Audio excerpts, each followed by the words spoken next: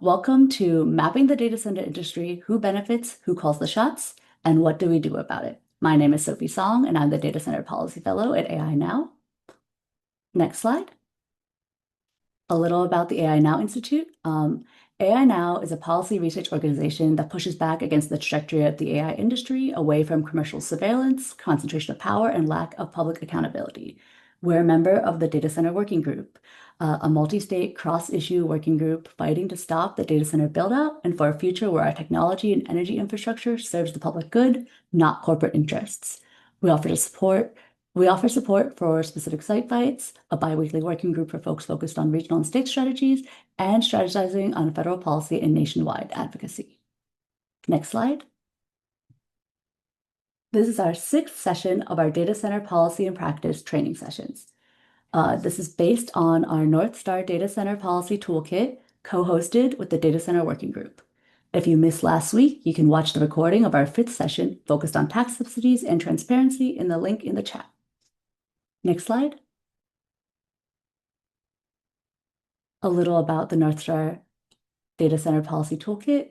The toolkit is geared towards stopping, slowing, and restricting rampant data center development in the United States at the state, local, and federal level. We include what we call North Star interventions, the strongest possible policy option across issues, plus scaffolding steps to get there for when those initial North Star policies aren't feasible. Next slide. So a little about our agenda today. This is a special 90-minute workshop and a soft launch of our new report, Corporate Power Players in the Data Center Industry, as well as a series of accompanying resources. So congratulations to everyone who worked so hard on these reports. And we hope that you find them productive and useful for everyone who's seeing them for the first time today. So for our session, we'll start off with Boshi Wu, research fellow at AI Now and lead author on the report, profiling the main types of data center industry players and their tactics to drive the data center build-out, with support from Jenna Ruddock, advocacy director at Free Press, and one of the report's co-authors. We'll then have a hands-on training with Lauren Parker at LittleSis on how to investigate these industry actors where you live. And then we'll close with an organizer and advocacy panel to hear from Maggie Schubert at Cure, Minnesota, and Dustin Dong at Americans for Financial Reform Education Fund to learn more about on-the-ground strategies and how to push back against these actors. Next slide. Oh, actually, yeah. So now I'll turn it over to Boshi and Jenna to walk us through our upcoming report and to teach us about the key players in the data center industry. Quick introductions. Boshi Wu is a doctoral researcher at the University of Oxford and a research fellow with AI Now. Their research focuses on the localized political and cultural transformations of AI infrastructure's global supply chain. Boshi regularly contributes to policy research on the political economy of AI and has published widely on ethics and governance of digital infrastructure. Prior to returning to academia, Boshi worked in AI ethics and safety at Google DeepMind, where they specialized on the ethical and societal impacts of LLMs.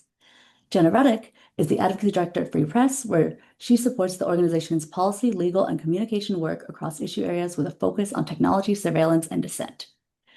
She also currently teaches at the American University, Washington College of Law. She's been researching and reporting on community resistance to industrial infrastructures for close to a decade. So please welcome Lauren and Boshi. If you have any questions, please drop them in the Q&A box during the presentation. We'll be answering them as we go along. Thank Jenna you so and much. Boshi. Oh, thank you so much, Sophie. It's really, really exciting to be here today. I'm Borshi. I'm a research fellow at the AI Now Institute, and alongside Jenna Ruddock from Free Press, we're really looking forward to presenting today the key findings of our research report on corporate power players in the data center industry, which was also co-authored with Ali Finn and a wonderful team of collaborators whose names are on the slide. Next slide, please. As a brief context to this research, the project came from ongoing community and organizer feedback around the need to understand key industry players in the US data center industry and how they operate to expand opportunities for interventions for communities, organizers, and policymakers. Our project had two main goals. The first is to trace key corporate players in the US data center industry, focusing on flows of money and power that shape who benefits from the current data center boom. And to do this, we sought to identify key players and their interests, as well as the tactics and strategies that they use to assert these interests. Secondly, we wanted to create a research report and resources that will hopefully support folks involved in local data center fights, particularly around understanding and identifying the players who are benefiting from data center development at the moment. Next slide, please. Our methodology began with desktop research, reviewing news articles, industry media, and policy and academic literature to get a sense of what's already out there about industry players that are showing up in data center fights. After drafting an initial overview of key players and their tactics, we held community workshops and interviews with over 50 participants, some of whom are here today and who are also included by name and organization in the executive summary. And we also shared these findings with the data center working group to capture the on-the-ground context, experience, and expertise, which is just so important for making sure that we're understanding what's happening in the data center industry. Alongside the full report, which we will release later this year, we've been working on a series of community briefs and a database of industry players to support local fights.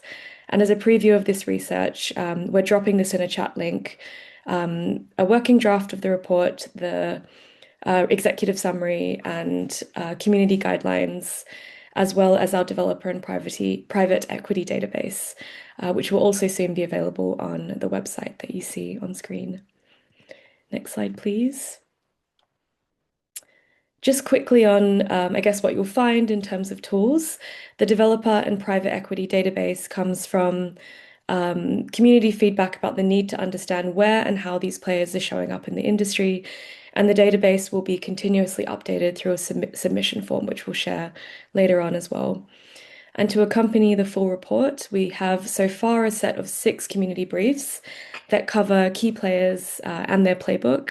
And a huge shout out to Sophie Song for this incredible work, along with everybody else that jumped in to make this happen. Next slide, please. Just to give you a sense of how the report will be structured, we've tried to organize the kind of massive information around the data center industry, around industry players and their tactics and strategies, or what we call their playbook, which is what they use to assert influence in the data center industry.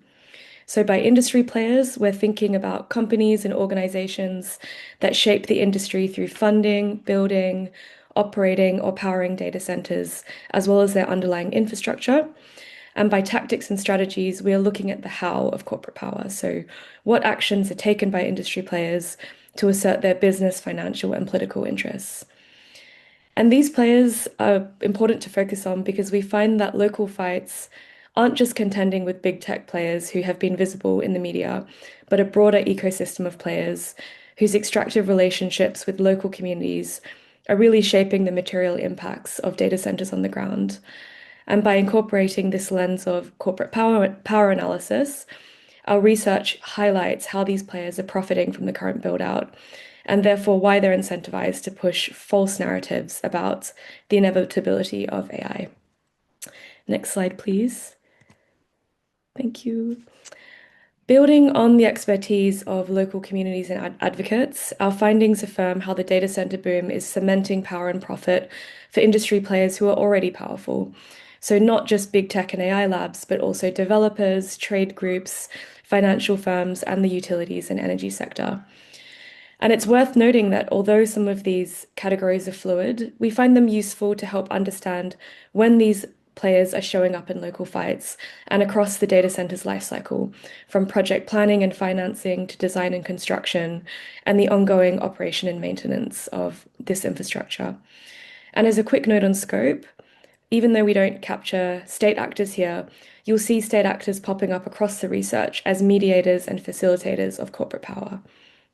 And in the next few slides, Jenna and I will share key findings about each industry player that you see on this slide and examples of tactics that we've identified through research and community workshops. And as we go on, please feel free to drop comments or further examples in the chat, which we'll capture as we develop the final report. Next slide. Q. So firstly, on trade groups, think tanks, and industry allies. So this group captures industry players that make up the data center industry's lobbying infrastructure. In recent years, we've seen the formation of bespoke trade groups, networks, and coalitions representing these powerful players across big tech and AI, data center development, energy, and financing. To give you a snapshot of some of these players, they include data center trade groups like the Data Center Coalition, which is one of the most established trade groups in the US in the data center industry, the DCC. These members include the most powerful developers, owners, and operators in the US market and globally.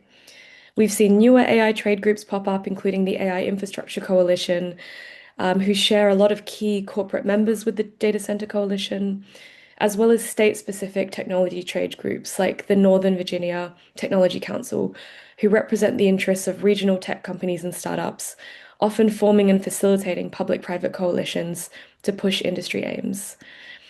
We also want to spotlight industry-backed policy think tanks such as the American Legislative Exchange Council, or ALEC, that bring corporate and state players together to workshop model policies to shape legislation behind closed doors, and who have long supported the interests of the fossil fuel industry. And finally, we've traced a number of industry-backed policy and research initiatives, such as Data Center Watch, who create so-called independent research, which often promotes industry interests and is often used by lobby groups and other actors as evidence to support media commentary. And these groups are important because we really do expect them to grow in coming years. And as we'll momentarily show you, they often create forums for industry players to collectively lobby for policies that promote the data center industry. Next slide, please. To really give you a sense of the concentration of corporate power in trade groups like the DCC, this image shows a snapshot of members within the trade group whose influence is reflected in their near complete coverage of key corporate players in the data center industry.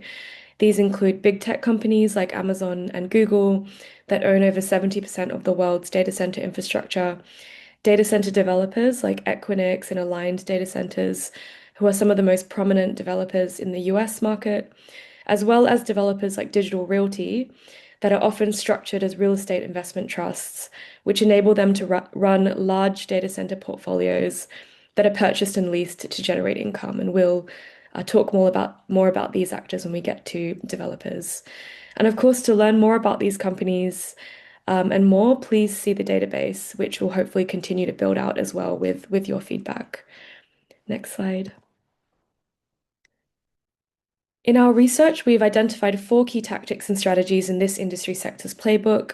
We've seen extensive lobbying at state and federal levels, for example, blocking legislation that seeks to reduce data center tax exemptions in Georgia, and opposing legislation that aims to protect ratepayers from rising data center energy costs in Virginia. And as shown in the case study box, we have heard about DCC's involvement across a number of states in the US. And recently, their lobbying efforts have been bolstered by partnerships with energy and big tech players to jointly lobby for industry interests. Alongside lobbying, DCC and other players have also been active in promoting the so-called economic benefits of data centers through policy advocacy and the circulation of corporate-sponsored research as a form of policy laundering. And this has been conducted, quote unquote, independently with partners like the Big Four accounting firms or funded by tech firms like Amazon. And finally, these players have invested extensively in community engagement programs specifically to shape public opinion.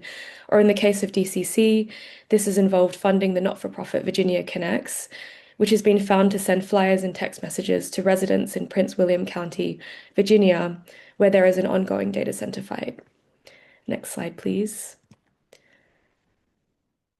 Big tech, AI labs, and other technology companies have really been considered the primary drivers of data center build-outs for a while, but the extent of their power and relationships across the industry is less well known.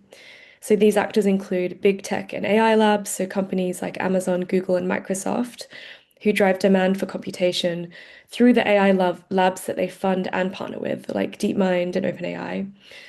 And these labs perpetuate a growth model predicated on infinite computational scaling.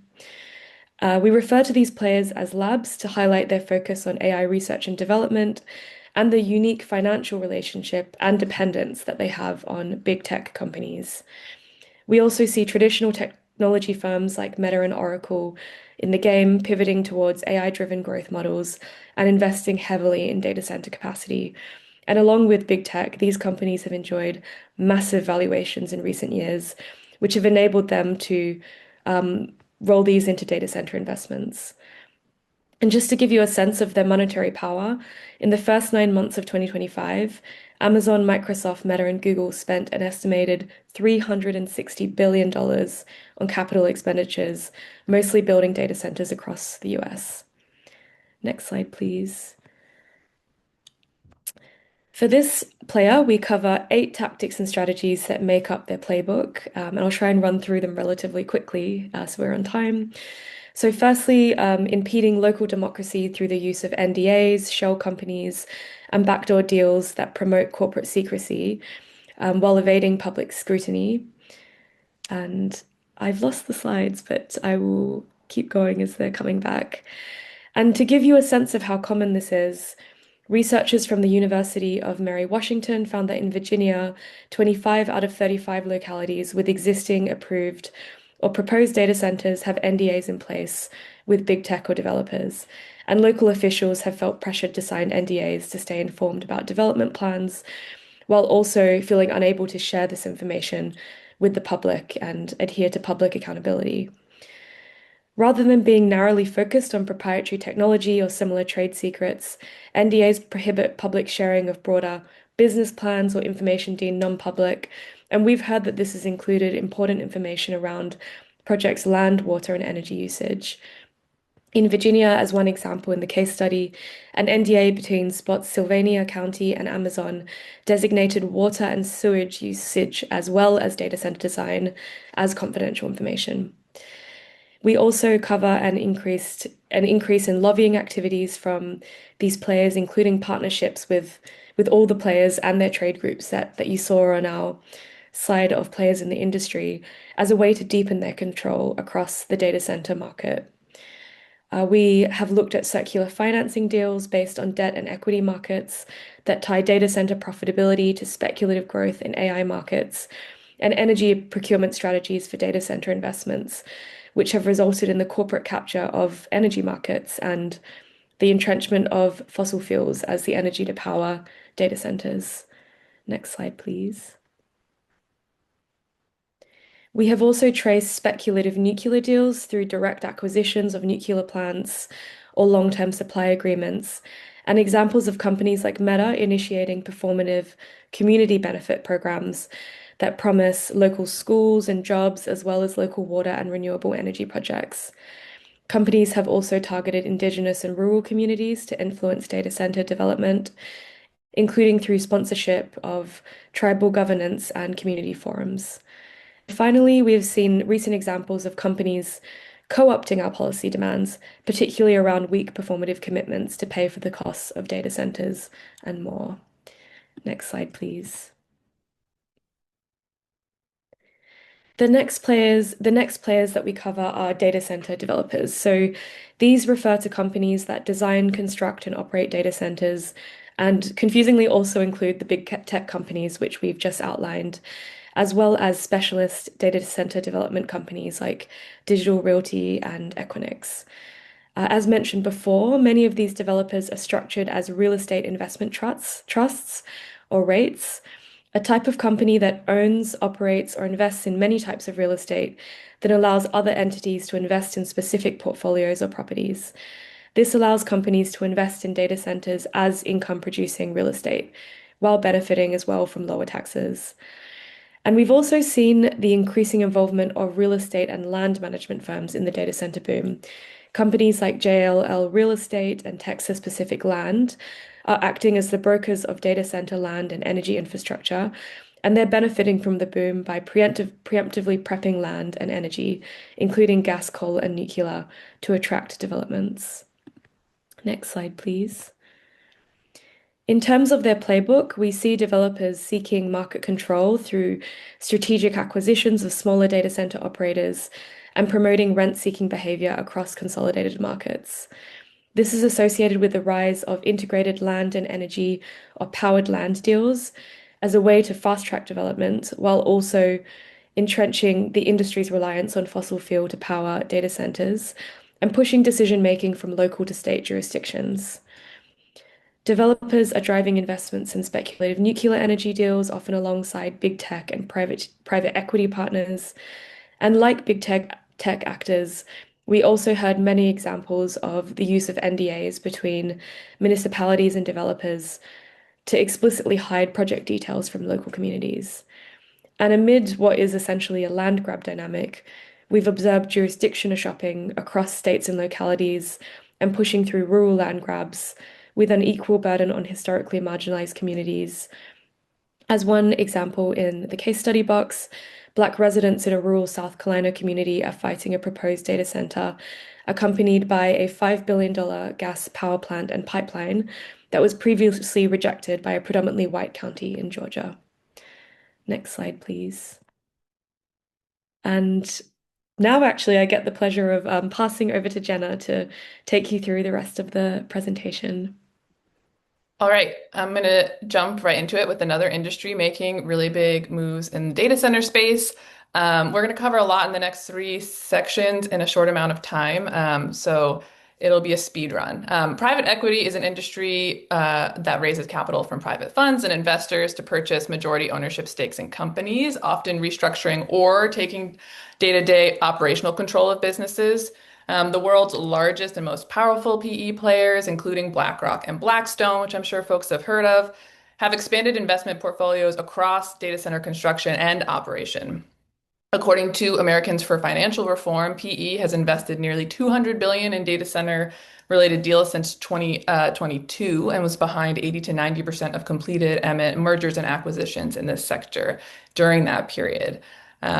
So as major gatekeepers to the capital required to build data centers, PE firms are driving financialized consolidation of the US data center market, while also investing in fossil fuel buildouts and utility takeovers, which we'll talk a bit about in a second, to meet still speculative data center energy demand. For example, Blackstone is seeking to acquire data centers and power plants across the country and is pursuing utility takeovers in Indiana, Texas, and New Mexico.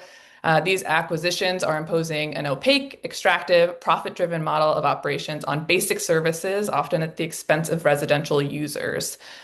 So we have a couple of different categories here. The big multinational private equity firms, including Blackstone and BlackRock, and then a number of specialist infrastructure investment firms. You may be familiar with Blue Owl, for example, from their involvement with Meta's Hyperion campus in Northeast Louisiana, or their decision to no longer be involved with an Oracle project in Michigan. Next slide. So private equity has a handful of tactics, some of which I alluded to in the last slide, such as utility takeovers. More broadly, they're focused on capturing the value chain through strategic acquisitions of data center providers and energy markets. Importantly to flag, I think, private equity and private infrastructure investment firms aren't just investing again in the construction of new data centers. They've been active in acquiring large data center owners like QTS and Aligned Data Centers. A review of the top 25 data center owners as of last year by the Private Equity Stakeholder Project shows that nearly half of them are owned or have significant joint ventures with private equity firms. And the case study we have flagged here, I'm going to actually leave for our organizing panel, but involves Minnesota Power, and we'll talk about that a little bit later. Next slide. Electric utilities, another huge player, and this will also be a speed run of a very complicated industry. Electric utilities are investor, member, or publicly owned companies that generate and deliver energy to residential, commercial, and industrial users. In 2025, utilities across the US received a request for at least 700 gigawatts of power connection from data center developers alone, which is roughly half of all existing installed power generation capacity in the country. So utilities operate kind of broadly in regulated or deregulated markets. Regulated markets typically feature vertically integrated monopolies, meaning a single entity owning infrastructure for generation, transmission, and distribution directly to customers. An example of that here is one of the investor-owned utilities, Entergy Energy. In regions with regulated markets, utilities can only generate new profits when developing physical infrastructure, which must be approved by a public utilities commission, which also sets rates. So that creates an incentive to overstate the need for new infrastructure.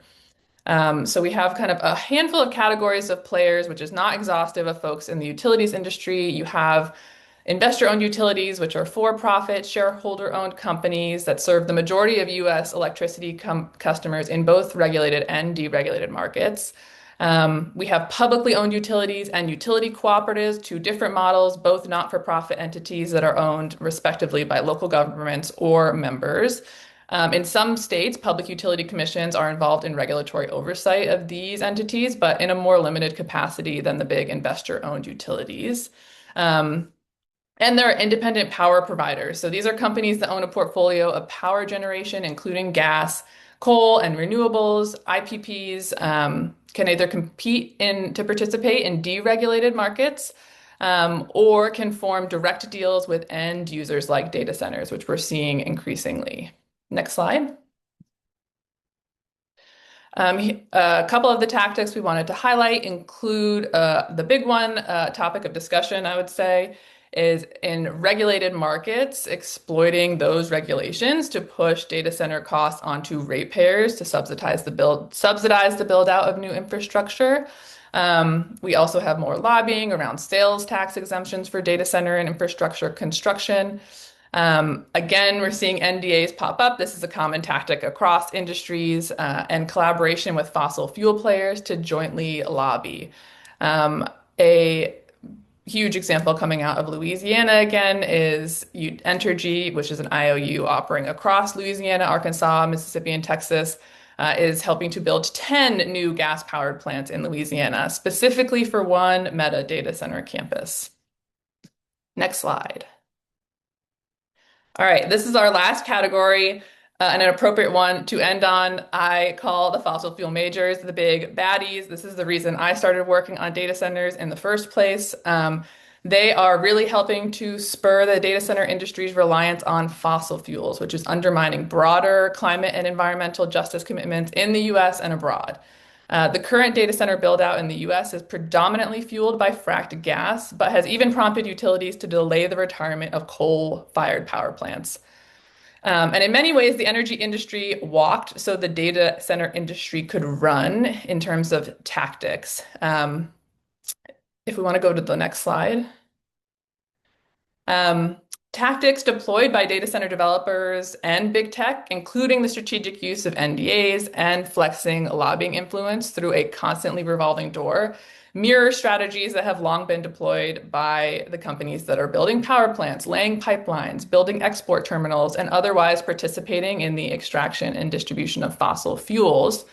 And as data center power demands are continuing to outstrip supply, you're seeing energy companies join forces with big tech and developers to lock in decades of new fossil fuel usage because you don't build a power plant to run it for a year or two until cleaner energy supplies are brought online. And again, Meta is building out 10 just for one campus in Louisiana. Some of these relationships, as Boshi flagged at the top, are being built out through new coalitions like the trade group, the AI Infrastructure Coalition, which was launched by Google, Meta, and Microsoft, but alongside fossil fuel majors like ExxonMobil, and is co-chaired by a former congressman from Louisiana, who is a leading advocate for oil and fracked gas production in the US. On the last slide, we flagged a couple of kind of rough categories that we've been using. One is historically prominent fossil fuel companies. So you have the ExxonMobil, Chevrons, EQTs, Energy Transfer, who are really positioning fracked gas in particular to be a fuel for the US data center industry, and newer companies linked to the tech elite, like former Google CEO Eric Schmidt's Bold Data and Energy Company. And also worth noting that Eric Schmidt founded a industry-friendly think tank a couple of years ago that also works around AI infrastructure. If you want to go back to the next slide. Our case study here that I wanted to flag is a very recent and evolving development. Chevron is one of the largest fossil fuel companies in the world. It is currently partnering with Microsoft to make a really big first entry into the data center game for Chevron. It's entered into an exclusivity agreement to build out dedicated infrastructure for Microsoft's AI campus in West Texas. It is a $7 billion deal, reportedly requiring 2.5 gigawatts of new power generation, again, just for a single Microsoft campus. And the only one I would also flag from this slide is backdoor deals and NDAs, again, around on-site infrastructure, gas turbines that are powering data centers, which disproportionately impact historic environmental justice communities. This is something we saw, for example, in South Memphis, where Musk's Colossus campus was built in record time and powered by unpermitted turbines. Next slide. That was a lot in a very short period of time, I recognize. So again, we have tools that are already going up online to summarize some of this. Look out for the full report later in the summer where we really dig in to each of these sectors. We have the database, which I believe has been linked in the chat. We are open to submissions and we have created a base, but would really be interested in crowdsourcing more information. And Ali, Boshi, and I are all available for feedback, comments, thoughts, concerns. Please feel free to reach out to any of us.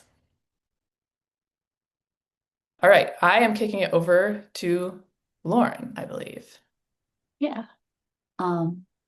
I'll just facilitate real quick. Thanks so much, Boshi and Jenna, for all this information. So what do we do with all that information? Lauren will now talk us through the tangible tools to investigate these industries where you live. Dustin from Americans for Financial Reform will also jump in on private equity.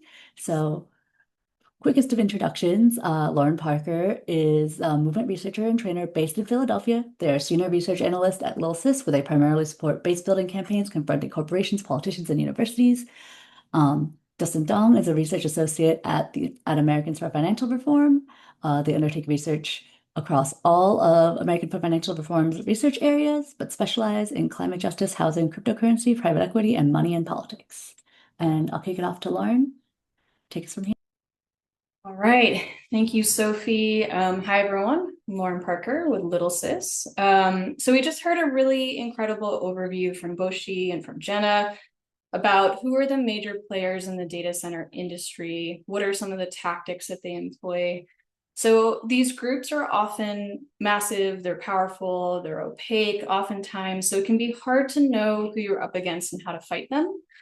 But I'm going to talk a little bit about how we can use what is called power research to identify who's behind these corporations, who are the actual humans that are making these decisions to locate and operate data centers in our communities, and how we can dig a little bit deeper to understand their vulnerabilities, how we can identify pressure points, so that we can really then use this information to weaken these corporations as we build really strong campaigns of resistance. Next slide, please. Okay, so I'm using the phrase power research, but what is this? Next slide. It's research into the people and organizations with disproportionate wealth and influence, and crucially, the relationships between them. So the flows of money, the personal and the professional relationships between them. And we can refer to this assemblage of people and organizations as the power structure. So we can then ask, how do they maintain their power? What pillars of support do they rely on to maintain that? And what are their vulnerabilities? Next slide. To really get a sense for this, we can look into various domains about the corporation or, the powerful politician, et cetera. We can ask questions about what boards do they sit on? So what connections to other corporations do they have? How are they connected to our local or state or federal political structure? What ties to politicians do they have? I saw some questions in the chat about, doing research into donations. I'm going to talk a little bit later about some tools you can use to uncover lobbying relationships. We can also ask questions about their business operations and financials, as well as, you know, how do they craft their reputation and their public image? What might be some ways to puncture through that veneer and really, you know, expose their operations for what they are? Also, what are their ties to local nonprofits as possible pressure points? What are some of their social connections that they use to help facilitate deals, for example? And finally, how do they take advantage of government resources such as subsidies? So these are all questions that we can ask and then do research into to really inform some of our campaigns. Next slide, please. All right, so let's do a quick tour of some research tools. A lot were already brought up in the chat, and there's really great questions that are being raised here. Hopefully, I'll answer some of the questions that were brought up in the chat as well. Next slide. Okay, so I saw some questions about where to find information about where data centers are located. And yes, there's not one official comprehensive source of all data center locations or proposals, but we can kind of piece this together because there's a couple of great resources out there. The journalists at Business Insider last fall put together an interactive map of data center locations that they built based on air permits that are tied to the diesel generators of data centers. We have, even with us here on, I saw in the chat, we have folks from Frac Tracker. That's a great resource. I think I need to update that link. So thank you to the folks at Frac Tracker here on the presentation. Somebody also mentioned Aaron Brockovich, the environmental activist, recently published an interactive map that is crowdsourcing some of this information about where data centers are located and some of the ongoing efforts to fight data centers. We also have other grassroots efforts like the Data Center Proposal Tracker, which has some information about where data centers are being proposed. So we can, like I said, there's not one resource, but we can go to a couple to try to figure out where data centers are located and if they are locating in our communities. Next. Okay, so let's say maybe you're at a starting point where you have a name of a corporation that you think is going to be locating a data center or maybe is operating a data center in your community. What do you do next? We have on our website, we have a bunch of trainings that go a lot deeper into how to research corporations. If you go to littlesis.org/trainings, you'll see a bunch of just free pre-recorded trainings there. But in a very quick nutshell, definitely start with the corporation's website. You can get information about the executives, their bios, what other board connections they have, past employment, how they talk about their operations or their business model. You can also explore whether any of those executives have ties to your local nonprofits. Maybe they have an advisory position or are on the board of a local university. And so you can look that up in Nonprofit Explorer, which is a great tool offered by ProPublica. And if you're dealing with a publicly traded corporation, they usually have to file filings or documents with the SEC. And so you can look up these filings such as the annual report or proxy statement with the SEC to get a lot of information about who are the executives, who's on the board, how much are they getting paid, what are the finances, etc. So there's a couple steps there that you can use to really understand the corporation if you're starting with a corporation name. But next slide. Maybe you don't have a corporation name. Maybe you're starting from a place of, in my community, I've been hearing that at a data center is located down the street from me. Maybe I have an address or a name of an LLC. This can be quite difficult to tease out. So I wanted to spend a little bit more time here and give you some steps and tools to really try to figure out who's behind that address or who's behind that LLC. So next slide. So LLCs, if you aren't familiar, they're limited liability corporations. They're really just shell companies that are set up to shield the parent corporation from liability. So they make it really tricky to know who is exactly the corporation, the people behind that LLC. And if you know friends in the tenant movement, folks in the tenant movement, like they know how to research LLCs. Landlords are notorious for hiding behind LLCs. So there's opportunities here to learn from other movements, pick up on some of their research habits as well. But generally speaking, trying to untangle these LLCs can be distilled to a couple steps. So if we have an address, we're going to go to our local property record database, run it through there and see if we can get a name of the LLC. We're going to take that LLC name and go to our statewide business entity search to see if we can figure out who are some of the officers tied to that LLC. And then we're going to take those names of officers and see if we can do a targeted web search to pull up corporations associated with them, maybe some news articles. And then from there, we can ask additional questions. So let's take an example and run through this to check this out. Let's see. Next slide. All right, so here's an example. Let's just say we have this address, 2000 Quebec Road, Philadelphia.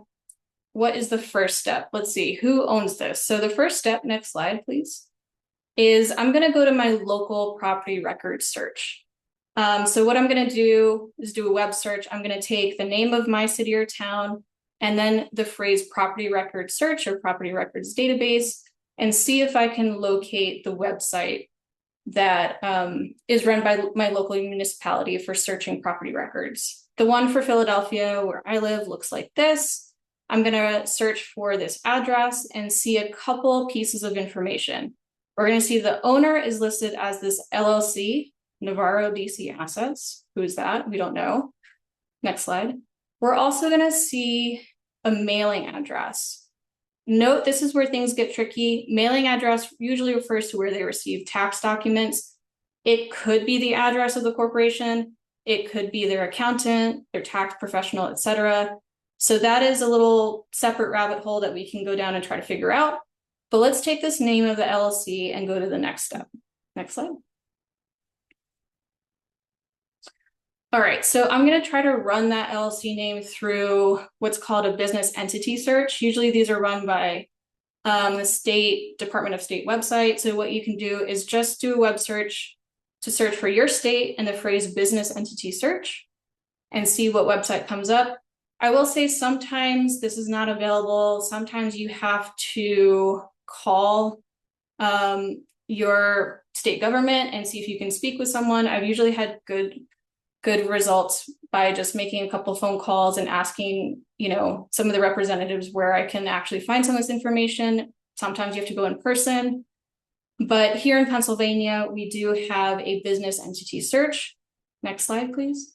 So we're going to run that name through this, Navarro DC Assets.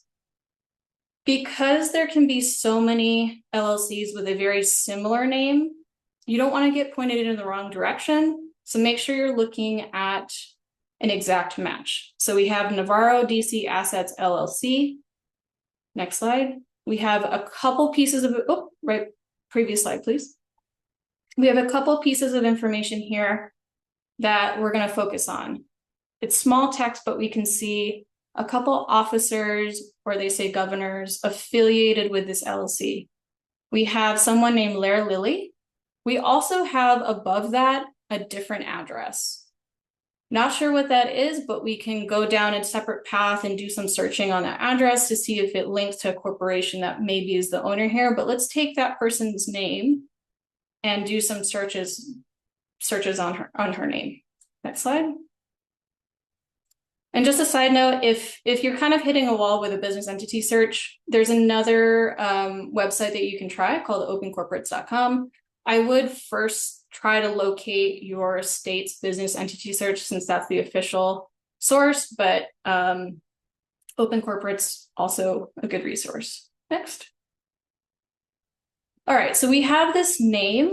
I'm just going to do a basic web search. I'm going to put her name, maybe the phrase data center. We're going to try to avoid getting results from AI because they're often wrong, and we don't want to be employing AI. So I'm going to put a negative AI operator that'll just give us these regular results. And so here we see a couple things. Maybe this person is an executive with a place called Maple Tree Industrial Trust, which maybe is based in Singapore. We can, excuse me, go to the next slide. We can follow this road down a little bit to actually locate her LinkedIn and see who she worked for, Maple Tree Industrial Trust, what educational institutions maybe she's connected to, and learn a little bit more from her corporate page as well. Next slide. At this point, I would probably go down an additional path and try to explore what are her connections to maybe local nonprofits, industry groups, politicians. I'm going to talk a little bit more later about lobbying, but I would want to see if, if they're employing any lobbying firms here. But let's try to continue on and see if this person and Maple Tree Industrial Trust are connected back to our address. So next slide. Looking at Maple Tree Industrial Trust website. Okay, so we see that this is not a big tech firm. This is not really even a data center developer, but they're a real estate investment trust. They are based in Singapore. We can look through some of their own reports, their reports to investors to get additional information about their operations. So next slide. We can see here that this is a report that was put out by Maple Tree Industrial Trust to some of their investors that talks about their data center footprint. So they are a firm that has a portfolio of industrial buildings, of office space, but about 55% of their assets under management are data centers. So next slide. And they actually have a map generally stating where their footprint is located around data centers. So they have 55 data centers in North America. And this is a great opportunity to see that, okay, so 9 are located in Virginia, 2 are in Pennsylvania, but maybe I know some friends in Virginia or folks working to resist some of the data centers in Virginia. Maybe they've come up against Maple Tree before. Maybe they can offer some tactics. It's a really great opportunity here to see if we have a common enemy to really collaborate on linking our fights. Next slide. And then we can further verify through looking at news articles to see, okay, Maple Tree does in fact own 2000 Quebec Road, our initial address, but 2 weeks ago, it seems like they sold it to an unnamed third-party purchaser. Okay, so this is often what happens with this LLC search, which is that it's an iterative process. From here, I would try to do this process again, would probably wait a little bit to see if the property records are updated with the name of the new owner, their LLC, maybe check property sales records, which maybe are a little bit more timely, and go from there. Next slide. I'm going to pass to Dustin real quick to talk about investors and investor-owned companies. Thanks, Lauren. Just want to jump in really quickly about another trail you can follow while you're doing this research. Everything they've shared so far is super helpful, and all of these tools are useful for digging into another layer that I'm going to touch on here. Some of the companies you'll find when you're doing this research, including some of the biggest names like QTS, Stack, CyrusOne, Center Square, they're owned by another level of companies and investors. Using Center Square as an example, I mean, it's one of the biggest data center companies in the world, but it's also actually owned by the private equity firms Brookfield and KKR. We usually see that because of the massive amount of money moving, private equity deals get a lot of press, both when they're pending and once they're finalized, because they like to do a lot of PR about it. Paid data sources like PitchBook or Prekin can give us leads into what's happening where and when generally. But ultimately, we have to go into public information. We're talking press releases from the company themselves, government filings that they might put in with the SEC, industry sources, just to verify which PE firm is the ultimate owner. PE firms may also list all their active portfolio companies. These are the companies that they buy to own on their websites or in their own documentation. Especially now at this point in time when they really want to brag about their data centers and how much they have. And then going up a level from there, we have huge investors like public teachers' pension funds and university endowments that may invest in Brookfield and KKR, going back to the Center Square example, through vehicles called funds that then invest in these data center companies. So there are a lot of levels here. The money that private equity firms use to do the data center build out isn't actually their capital. It's institutional investors' money. Here on this slide, we see that Brookfield bought Center Square using their Infrastructure Fund 3. So then we're able to identify this specific fund used. We can go to other sources to figure out who invests in these PE funds. Sometimes, for example, that teacher's pension fund has a public report or meeting minutes that show they invested in Infrastructure Fund 3, which ties them back to the data center we're talking about. But that's just to add another layer to what we're talking about here, and I'll turn it back to Lauren. Great, thank you so much, Dustin. Next slide. All right, so we've talked a little bit about how to identify a couple different pieces of information, both in identifying who's the corporation and actual humans behind a data center, maybe who are some of their investors and investor-owned corporations. So what about how they might be influencing our local, state, federal politicians? Next slide. I would love to talk about some campaign finance data in this moment. We don't have enough time for that, but if you want to learn more about how to dig into political donations, we have additional trainings for that already up on our website, littlesis.org/trainings. That is definitely a really great place to go and learn additional tools for looking up some of that information. But I just wanted to focus on lobbying. I think this comes up a lot in data center fights. So the federal level, you can look through opensecrets.org. They have done a great job of collating information about lobbyists, what firms they work for, how much is spent in lobbying by different industries. But often you might be confronted with the question of, okay, so who's lobbying at the state or local level? So I wanted to give some tips on that. But if anybody else has done this in your locality and wants to add to this, please feel free to add in the chat. So usually the way that you're going to start is trying to locate your local website that handles information on lobbying or lobbying disclosures. So what you can do is just do a web search, try to enter the name of your state, lobbying data, lobbying disclosures. Usually this will be located on the State Ethics Commission or Department of State website. Look for a .gov website, give them a call. That's the first place to start. And you want to look for a search tool that allows you to search lobbying disclosures or reports. This varies state by state, county to county. So it really is a case-by-case basis, but generally there'll be maybe one or a few different search fields. You might have a search by the name of the lobbyist or maybe the firm that they work for. You might have a search that comes up that says search by client or principal. So this is, for example, Amazon might hire lobbyists who are not in-house. So Amazon would be the principal. You could search there. A couple states allow you to search on bill number. So like you can search who are the lobbyists who are actively lobbying on a given piece of legislation. And usually you'll have an option to filter it by a certain time period. Well, the types of information that come up here is you'll get registration cards from the lobbyists and their firms. Usually that'll provide a name of the lobbyist, maybe some basic contact information like their phone number, the address of the firms.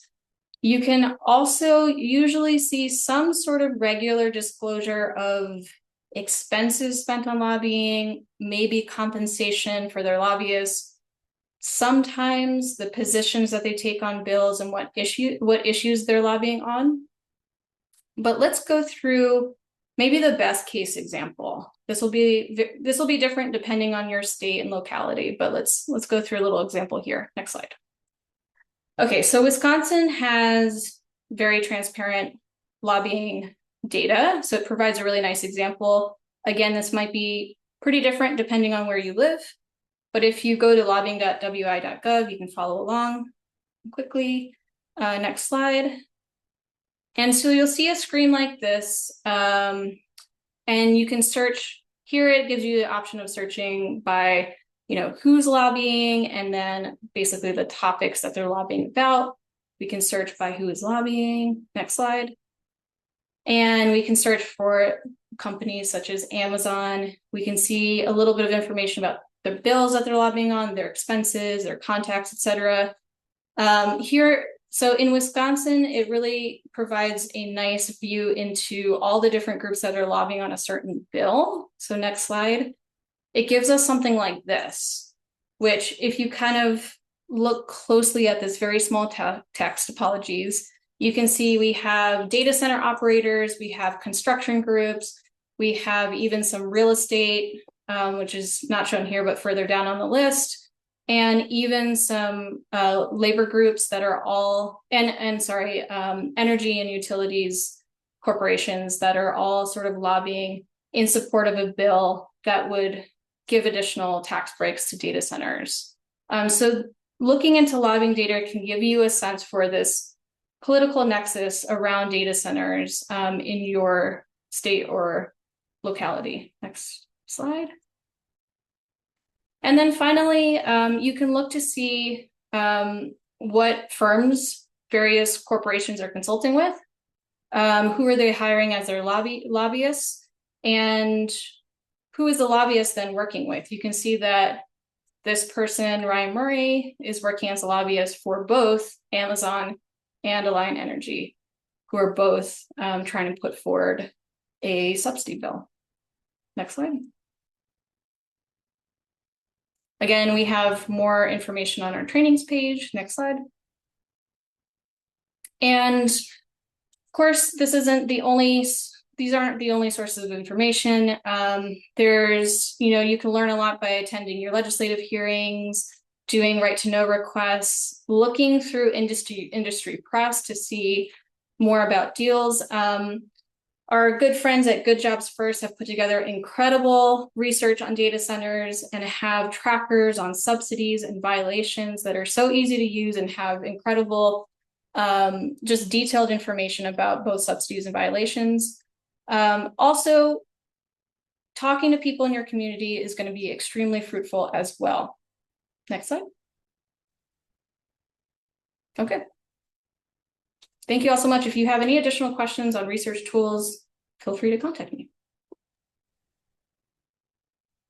Thank you so much, Lauren. Really appreciate all your amazing work here. And thank you to Dustin as well. So we're going to go to our panel discussion to hear more about how to deep dive into these industry players and how they're showing up in our community, and to talk about tactics and strategies to take them on. I'll welcome back Dustin, Boshi, and Lauren to the panel. Oh, yeah, Maggie, if you could please turn on your video.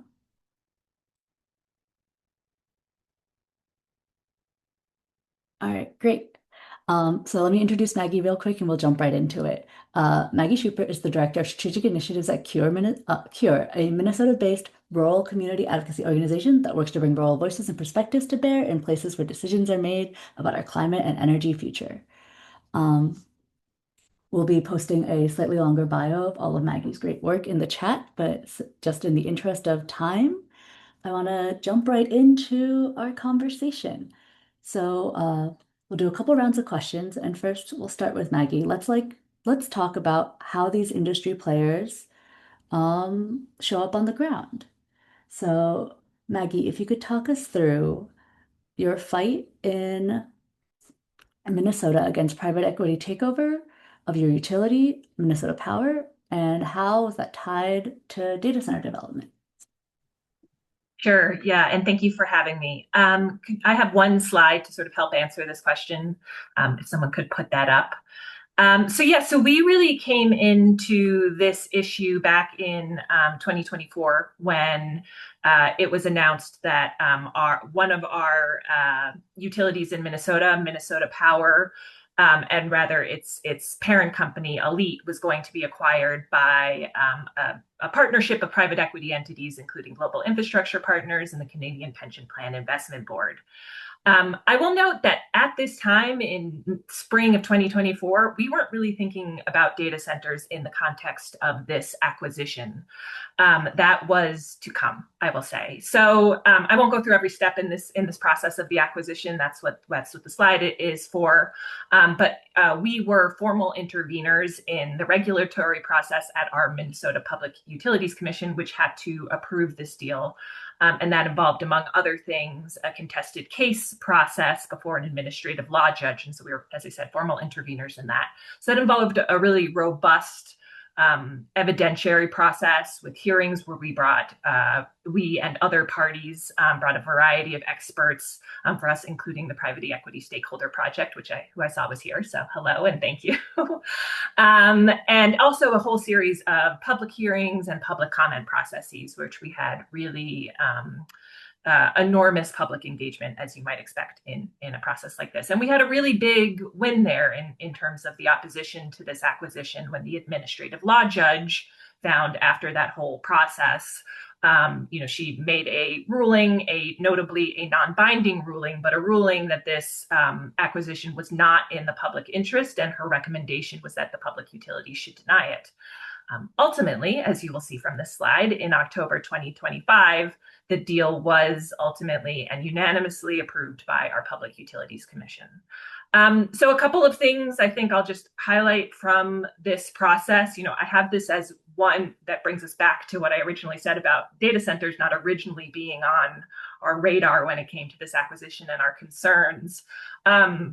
This is one timeline here. It could be two or many timelines that are very deeply intertwined. What we know was that what we found later was throughout this acquisition process and the hearings was that there was, at least we now have confirmed, one hyperscale data center, which we now know is a Google data center in Hermantown, which is in northern Minnesota. Probably more though, to be honest, but that's the one that we have confirmed. But because of, I think, some of the things that have been raised here, but also in other parts of this training series, things like non-disclosure agreements, trade secret designations, the LLC tangle that Lauren talked about. We knew there was a data center that emerged throughout this process in terms of, our awareness and public awareness, but because it wasn't really sort of out in the open, the Public Utilities Commission was able to approve this deal and sort of make their determination without really having to wrestle with this sort of data center development as being really important to sort of Minnesota Powers and the private equity interests in terms of their calculations. I think the other thing I'll note there, I have this note here in between the ALJ's recommendation to deny this proceeding and the ultimate approval, I have shenanigans ensue. That sounds kind of lighthearted and funny. In all reality, it was kind of very dark. And if not surprising, given the powerful interests at play, very disheartening in terms of the political machinations, the influence wielding, the backroom negotiations and deal making. And so what I often say, sort of just to close out this part of my answer, is that, with this acquisition, we won on the facts and the regulatory process with this really important ALJ decision. We won in the court of public opinion, where large members of the public and ratepayers and everyone came out and said they were opposed to this deal and it should be denied.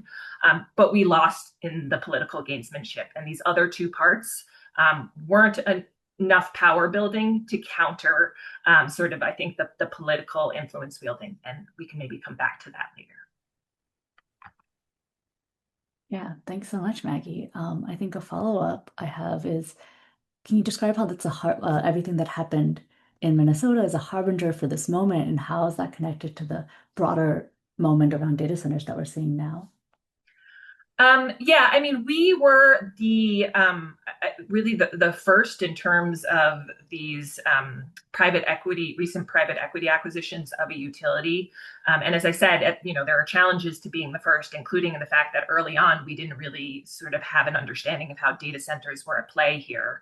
But we did say throughout that we were trying to raise an alarm bell that, Minnesota Power, relatively small as utility goes. Northern Minnesota, not a lot of people are thinking about Northern Minnesota. I live here, so I am. But that this was clearly not was a test case for these buyers for a utility for private equity in terms of like, could we get this approved? And so that people should be paying attention to this. And what we now know is that there were in a number of drivers, but that this data center build out and sort of this huge growth and profit making opportunity is really sort of driving this trend of private equity acquisition of utilities. Yeah, thanks so much, Maggie. Dustin, let's zoom out. How does what happened in Minnesota compare to the rest of the country in terms of private equity's increased ownership stake in the data center build out? Yeah, so our research is telling us that private equity has backed data center companies with like hundreds of active facilities across the country. They've got projects online and in development, sorry, in at least 44 states, and that's not even to mention their footprint in the rest of the world. But stateside, we found they're especially concentrated just in terms of how much computing power they control in a lot of the usual places like Texas, New Mexico, Virginia, Nevada, Pennsylvania. These are already some of the largest and fastest growing data center markets in the country. The private equity is playing a pretty decisive role in the massive build outs in these places. At the same time, they're also breaking ground in more remote places like the Dakotas, and other places across the Midwest where there's a lot of land. And we've learned over the course of this series how power hungry these data centers are. I guess one of the questions would be, where do these huge projects get their power? And like Maggie was talking about, in the private equity case, part of the answer is utilities. PE firms are already embedded all along the data center supply chain, and that does include producing and supplying power. All over the country, PE is trying to buy out whole utilities that serve large regions and hundreds of thousands of customers. Outside of just the data center specific context, a couple of years ago, the PE firm Bernhard Capital Partners bought out Delta Utilities and CenterPoint in the Louisiana, Mississippi area. In a really short time, with those acquisitions, they went from supplying gas to 0 people to nearly 1 million across both states. And then coming back to data centers, aside from Maggie's example, we have like Blackstone, a big PE firm that owns the data center company QTS. They recently got the green light to acquire TXNM Energy in the Southwest, which serves that Texas, New Mexico area that's been seeing a lot of data center growth. Texas only just approved it, but there's still a lot of organizing happening in New Mexico to block the takeover. And it's more than just the utilities themselves, ultimately. When we think of utilities, we think, how do we get the power from the power plant to the end user? But PE has historically gone all the way up the chain. They generate the power too, and they've got a huge fossil fuel footprint to do it with. AFR is also part of the private equity climate risk project, and we track how much PE invests in fossil fuels. And the short of it is, since 2010, they've put more than $1 trillion into buying up energy assets. Things all the way from coal power plants to pipelines to oil wells. And like we talked about Blackstone buying TXNM, they also partnered with PPL in Pennsylvania the same year that they bought out Hilltop Energy Center, a gas-fired power plant in Western PA. Their companies are also building out their own power generation programs. QTS is indeed ramping up gas production. And they've been getting pretty serious too. Just last month, DigitalBridge, one of the biggest private equity players in the data center scene, they own Vantage and Switch. They bought out a whole other private equity firm, ArcLight. ArcLight is in that climate risk data too, so we know they have a ton of fossil fuel assets, extracting oil and gas, transporting it through pipelines and burning it in their power plants. all over the supply chain. And most of ArcLight's carbon footprint in 2024 still came from burning coal. So, I mean, what we're seeing in these specific sites are really happening all over the country, in a lot of small and big ways. Yeah, thanks so much for your answer, Justin. Let's dig into that a little. Specifically, I want to talk a little bit more about utilities. Maggie, what was the incentive for Minnesota Power to get into bed with private equity, and how has that played out in the data center build out since? And if you can tie that also to the interest of fossil fuel companies and other players as well. Sure. Well, not to be glib, but money was the incentive. The ostensible justification given by, the utility and the private equity interests and the supporters of the deal was that Elite and Minnesota Power needed access to the capital that private equity is able to give in order to fund the build out of clean energy that they would need to do in order to meet Minnesota's carbon-free energy standard. That was found in the evidentiary process to be a really questionable assumption, if not untrue. But what we do know is that, the price of this deal, which was $6.2 billion, our expert found that included a $1.5 billion premium, which, that's $1.5 billion that goes to to Minnesota Power, Elite executives and big shareholders and all those sorts of things. And so, and that is also a $1.5 billion premium that ratepayers will eventually have to pay back on top of the 15 to 20% rate on return that the investors are expected to return. So that's, we got to talk about how that's a huge incentive, is just the blatant profit motive.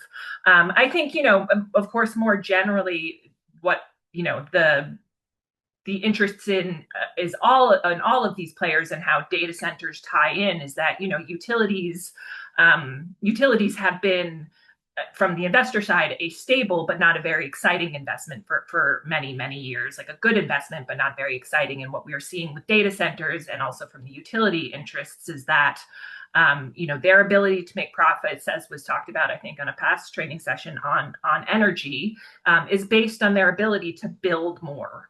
And data centers are giving them that justification with their need, quote unquote, their desire for enormous amounts of energy. And so that's really, really in utilities interest. And then of course, for big investors, right? Like that is, again, as I said, before, there's this huge just growth potential and everyone's looking to get in on it.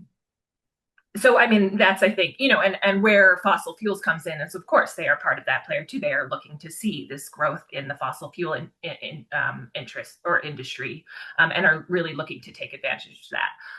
One note I will make is absolutely the fossil fuel industry is looking to take advantage of this with Minnesota Power. We are looking at, an integrated resource plan right now that, in spite of the fact that they're supposed to be carbon free by 2040, is largely new natural gas build out based on big load growth projections. But from private equity's interest, they are deeply invested in fossil fuels. They are also deeply invested in renewables and other forms of more speculative clean energy. And so I think it's just, they are looking to take advantage of a greatly expanding energy sector and looking to control our energy future. And that is probably going to be a lot of fossil fuel growth.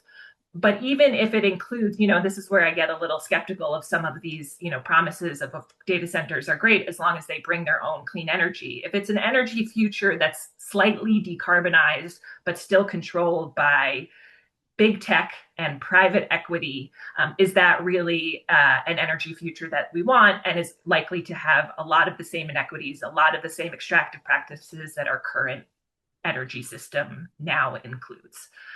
So sorry. Thank you for allowing me that little tangent. No, sorry at all. Thank you so much for sharing all of that. Dustin, let's get back into private equity staying on private equity. We've talked about their consolidation. Let's talk about their shaky financial practices, and specifically, how does the role of private equity entering these spaces boost the already shaky financial practices behind the AI industry and the data center build out? Yeah, so private equity is helping to really distort this part of the economy at basically every level. Through giant buyouts and lending deals, the industry is helping create a pretty lopsided system where so much economic activity and spending is being funneled into this one problematic area through a lot of speculation. Um, we're seeing it as a wider shift. Before, data centers were mostly being funded directly by big tech, think Amazon, Google. But more and more these days, these tech companies are outsourcing building and developing their data centers at third parties. We can look at Stack Infrastructure, which is owned by Blue Owl. Their name has come up a few times. Building out an Amazon data center in Shreveport, Louisiana. Or keeping with Blue Owl, how the firm made a joint venture to work on the Microsoft Stargate project in Abilene, Texas.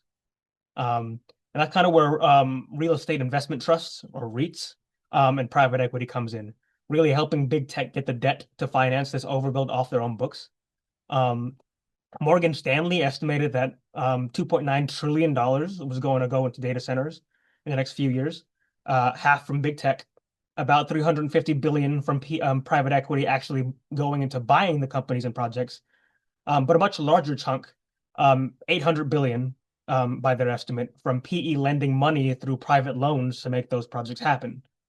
And it's important to note again that in the PE model, especially when we're concerned about buying and selling, very little of the money is actually the private equity firms themselves. Maybe about 2% of it is their own cash. The rest of it comes from institutional investors like pension funds and university endowments. So private equity's footprint is coming from them buying up existing smaller companies and merging them into giant operations. There's a lot of consolidation happening as they snap up more and more companies. And they're also forming joint ventures with tech companies to create new partnerships, like in the Blue Owl case. And a lot of the capacity we're estimating for private equity hasn't even come online yet. Most of their big numbers come from their plan or development projects. And many of the projects these PE-backed companies have in the pipeline are so much larger and more powerful than what they have already proven on the ground. And zooming in some, an important thing to note about private equity versus other investors is that they're not exactly passive. When they take equity in these companies, they also tend to take a direct operational control. That means in a lot of cases, the PE firm becomes responsible for the day-to-day, the rules and policies, and the standards that these companies and their employees abide by. But because the model itself is extractive and short-term, it's a buy-to-sell model, so they can pay back their investors and pay off the debt, the tons of debt they use to fund their takeovers and expansion. They don't invest in mitigation and maintenance. We already know there are a lot of harms associated with data centers generally. But private equity firms are especially used to working with impunity because their complex corporate structure makes it really hard to hold them accountable. And because they're usually gone before legal processes really unfold. Just a few weeks ago, it came out in Politico, I think, that in Fayette County, Georgia, where Blackstone's QTS is building a data center, they used about 30 million gallons of water off the books without the knowledge of local officials. They basically just stole it. They're pretty much counting on not getting caught, and their really lack of disclosures, lack of transparency helps them do that. But in the Fayette County case, local organizers did figure it out. Yeah, thanks so much, Justin. Okay, so we got about 10 minutes left, so I want to do a quick lightning round with all of our panelists before. So I have a few questions for each of you. Boshi and Lauren, what are the weak points in these intersecting industries and how do we exploit them? Like, how does all of this great research you've shared today? Where are our targets? Boshi, do you want to kick it off or do you want me to? Go ahead. Okay. Well, I think the weak points, the vulnerabilities will be specific to each given player or corporation that we're looking at and even the local context. But I think some things that I want to underscore is that, yes, at first these corporations seem invincible, inevitable, but there are actual human people behind these corporations driving decisions. And we can know who they are. We can bring them into the light, and we can, pressure them in various ways in our campaigns.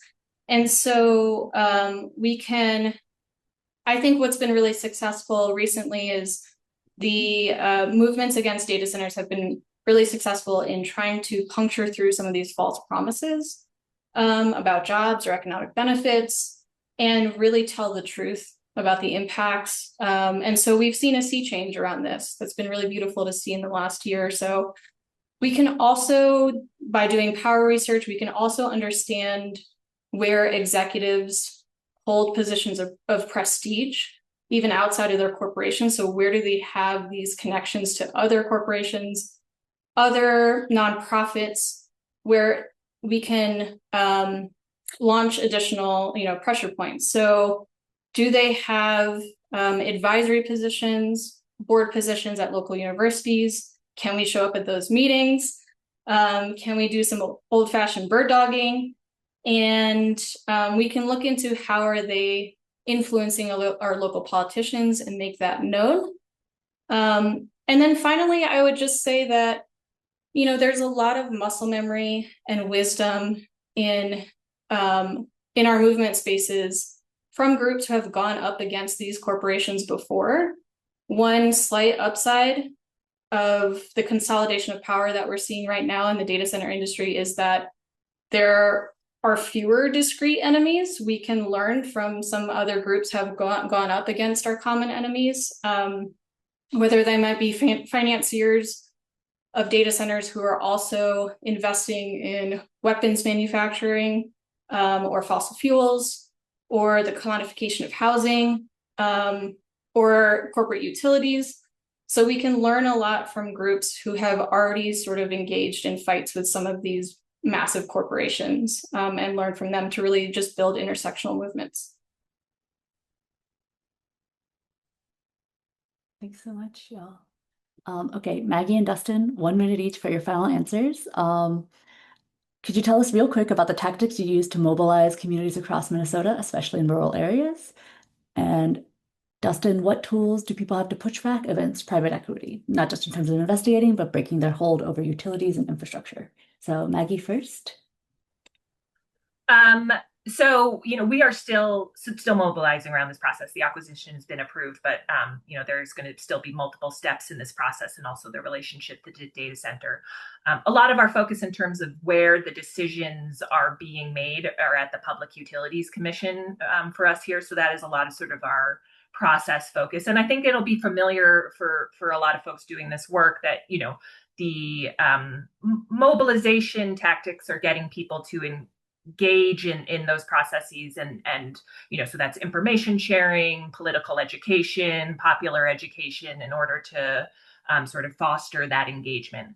I'm going to pivot a little bit and sort of wrap it back around to sort of my first, where I left my first answer to the question, which is, as we're thinking about this space, and sort of open it up as something that we are thinking about and know other people are thinking about.